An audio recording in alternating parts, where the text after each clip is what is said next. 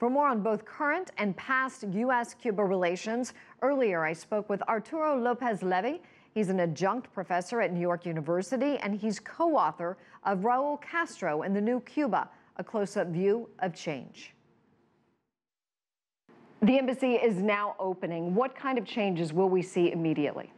This is a major change in the U.S.-Cuba relations. The last time the U.S. and Cuba had diplomatic relationship was in 1961, was January 61. Cuba has been for several decades considered a threat to the United States. This is not the end of the embargo. The embargo will require an act of Congress, but this is a main nail in the coffin of the U.S. embargo on Cuba. Let's talk about the outstanding issues. Obviously, human rights violations, outstanding legal claims, as you mentioned, the embargo. What kind of work is going to have to be done? Well, the United States and Cuba has serious differences about values and about interests. And human rights is an area in which the two countries have different views about human rights. The question is whether the discussion of human rights become an obstacle to have a substantive dialogue, to have a policy of engagement that in practice can empower forces within Cuban civil society to push for their demands, or we are going to keep human rights as an obstacle.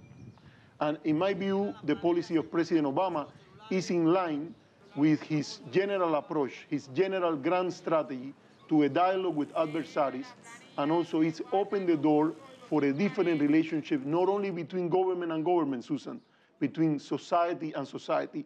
The best ambassador the United States always had is the American people, the American artists, the American businessmen, the American professors that goes to other countries or receive people from other countries. But let's talk about the pushback that is going to take place here in the U.S., mainly by the Republican Party. Well, I think that you bet that there is already a backlash. There are groups that they were taken by surprise on December 17, and today they are reacting. Senator Marco Rubio, for instance, has committed himself, not only as a senator, but as a presidential candidate, to do everything possible to throw rocks in the road of normalization between Cuba and the United States. Many people believe, why is the U.S. doing this? The Cubans really haven't made the necessary changes. What is going to inspire them to make changes now?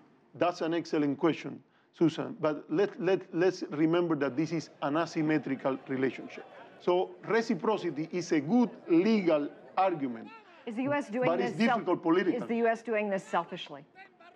I think the United States is measuring up to its values and its interests. For quite a long time, the world and most of the smartest people, foreign policy minds of these countries, has declared the embargo an illegal, an immoral, and a counterproductive policy.